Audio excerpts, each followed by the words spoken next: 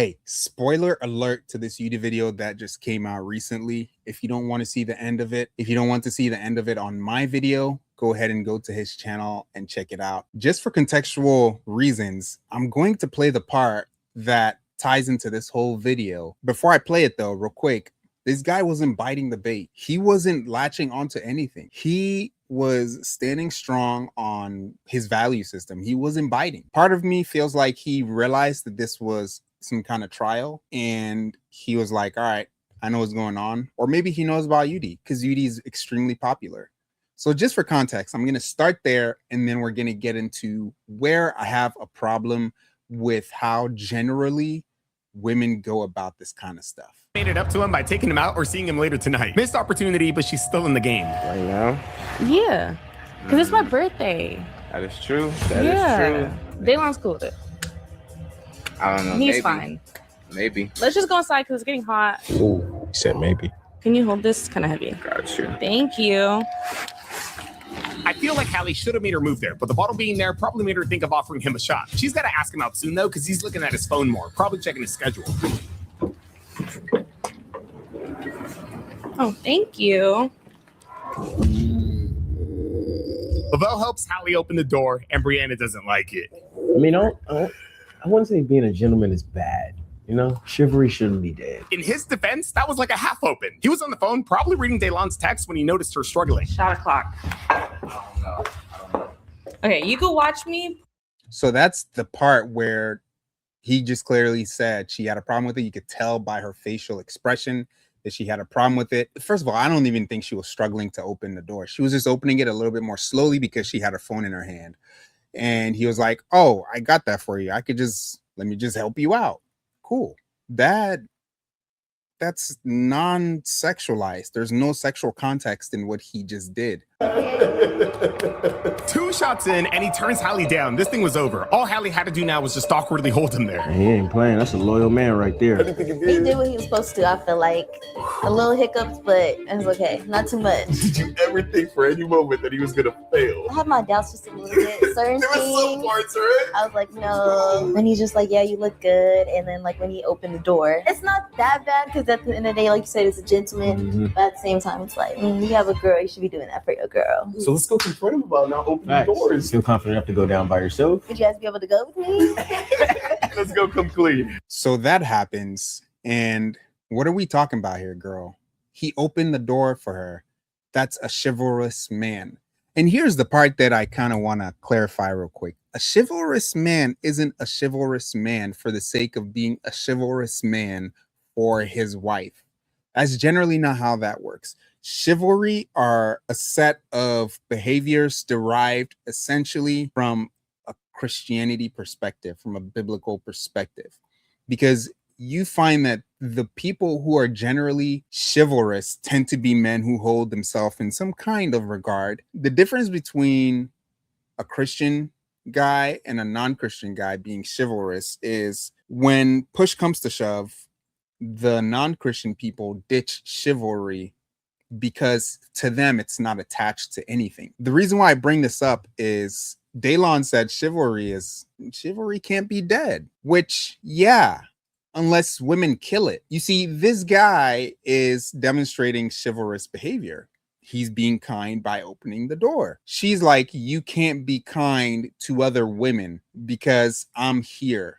I own your ability to be kind in the sense that I tell you when to embody this chivalrous behavior. You can't display acts of kindness to other women because I am in control of who you should be kind to.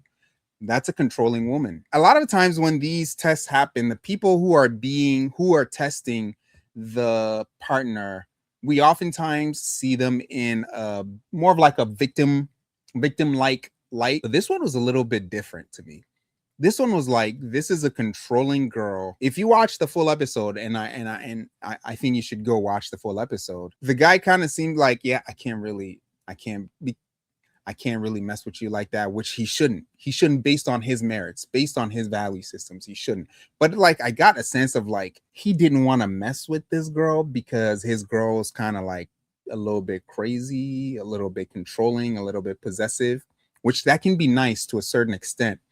But to the extent that you can't open a door for another lady without your lady questioning you on your loyalty, that's far. That's too far. Nah, you just did too much. And so now we get to the point where they go downstairs to confront him, or really to tell him that he passed. Because of your best friend, you know, the whole birds of a feather flock together, and she just. I did feel that. So Brianna, how do you feel like he did? He did good. Only few things that you did as far as opening the door and talking about she looked good. Nah. that's it. Nah, you did. Why are you opening doors for other girurs? Yeah. Yeah, bro, be as rude as possible, bro. Only gentleman for your girl. You open or you ran for that door. You gonna put her to a loyalty test now? She's obviously blowing the situation out of proportion. You guys saw the clip in the beginning. He did not run for the door. He, in fact, walked to the door with the girl. She started opening it while he was standing there, and he was like, oh, might as well just help you out halfway. Just, all right, there you go, girl. Go ahead, go in. Now he ran to the door. Let's add on top of the accusation of running to the door and opening it for her. Let's add that you told her that she looked good. Did she ask if she looked good? If you take pictures for someone and they're like, oh, do I look good in this one? I'm like, yeah, you look cool, which is actually what he said. He said, you look all right. It looks cool. He didn't say, yeah, girl, you look good. Those words never came out. So what we're dealing with here is an insecure girl, an absolute insecure girl. No person should ever cheat on anyone. But if he decided to cheat on her, which that would be so stupid to do, just leave the relationship, bro. Just leave the relationship, bro. But if he decided to cheat on her and he was like, dude, she's just too much, and some girl gave me a peaceful attention that I was like, wow, this is different, and I just got caught in the moment, I would understand. I would understand him cheating on her, but it's never okay to cheat. It's never okay to cheat. If another girl shows you peaceful attention and you want to pursue that, leave your non-peaceful attention-seeking girl and then go to the girl who's giving you peaceful attention. There's no reason to ever cheat. There really isn't. But I would understand if he did that, because this girl right here is an absolute insecure, controlling girl, and it's not going to end well. If you're insecure, that's fine, but don't control out of insecurity, because it's going to get you it's going to give you a situation that is out of your control. People generally think controlling is the good way to go about making sure the situation goes your way, whereas she's going down the route where it's not going to end her way. An insecure girl wants to control your kindness only to her, which it kind of seems like he's doing already. So what's the problem, right? What's the problem? I mean, generally, insecure people do like control, both men and women. I think that a certain type of guy who is insecure would generally allow his woman to do anything that she wants, not cheat with other people, but maybe flirt with some other guys, and he'll feel like, oh, you know, like she's out of my league type of thing, and I'm lucky to be with her. So if she shows him attention and comes back to me at the end of the day, I love that. It takes a certain kind of guy to, and also takes a certain kind of guy to be controlling over the woman, doesn't want her to show attention to anybody whatsoever. Like, oh, you can't even talk to that guy. You can't even walk around guys. You can't go anywhere where there are a bunch of guys, which it has some validity to it. But all things can be taken to an extreme. And I think she's a good example of taking something to an extreme.